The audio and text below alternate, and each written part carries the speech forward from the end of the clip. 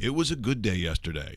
It started off, obviously, with the American Congress and the American betting law as we know it. So that's the single game betting where you can bet.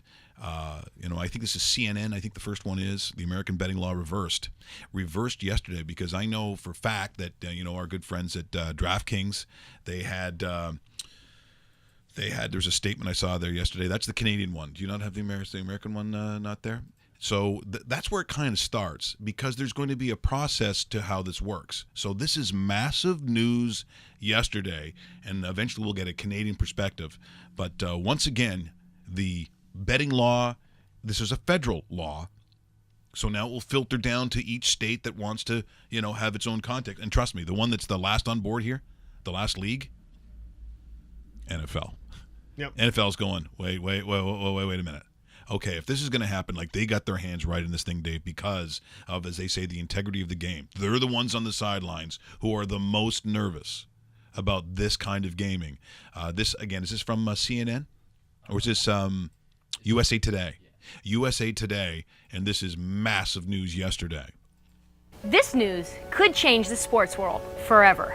The Supreme Court ruled to overturn a federal ban on sports gambling in New Jersey in a monumental decision that will have lasting ramifications on college and professional sports in America. Yeah. We had the chance to speak with our legal expert, Richard Wolff, who joined us from the steps of the Supreme Court to break it all down. All right, Richard, in layman's terms, what does this ruling mean for sports betting in America? Sports betting in America is currently legal in Las Vegas. This Supreme Court law now allows other states beyond Nevada to, in effect, legalize sports betting on their own, regulate it on their own. So the feeling is that there will be several states before the end of the year, maybe 10 or 15, that have legalized sports betting, and as a result, Americans will be able to bet legally as opposed to illegally on individual games. The NCAA, though, has vehemently opposed this ruling. What is their argument against it? What's your problem? They basically backed the law that was passed in 1992 by Congress, which said that in order to protect the integrity of the games, sports betting should continue to be illegal, except in Las Vegas, where it was grandfathered in. And at the time, it had overwhelming support.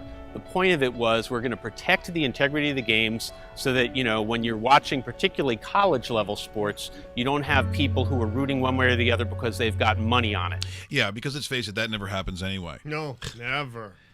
Why are you cheering for Eastern Tennessee?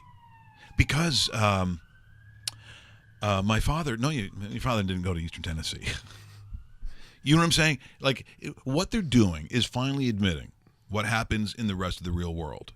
It's in the billions of dollars, Dave. Billions of dollars. Big round of applause to the final horse that crossed the finish line. That is, yeah. There we go. It's like, and so, of course, we deal with a lot of, and over the years, Dave, we've dealt with a lot of different bet services, including Bet365 and all the other ones overseas. But that's why we've ended up with Sports Interaction, because they're from here. Like, the safest one that you could do in terms of offshore gaming is the one that's in your own country.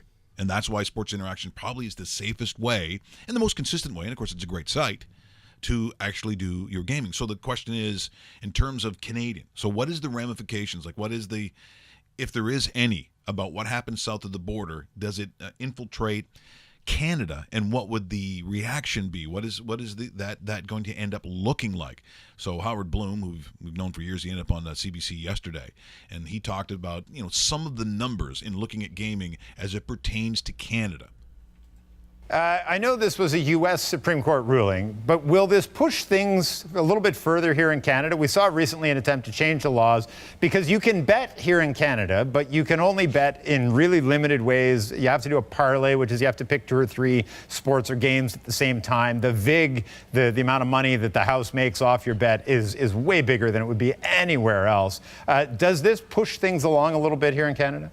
Well, September 2016, Brian Massey, who is a Windsor NDP MP, he tried to put forward in the Commons a bill that would have made sports betting legal in Canada. And honestly, we talked about it back then. A lot of people thought it would happen. The Liberals are against it. The question is, it'll happen after the next election. Could the Liberals change their mind? They should change their mind. As long as it's regulated, as long as it's monitored, it is good for the economy. It makes money for the economy, and it's not a crime, but if you're going to call it, it's a victimless crime.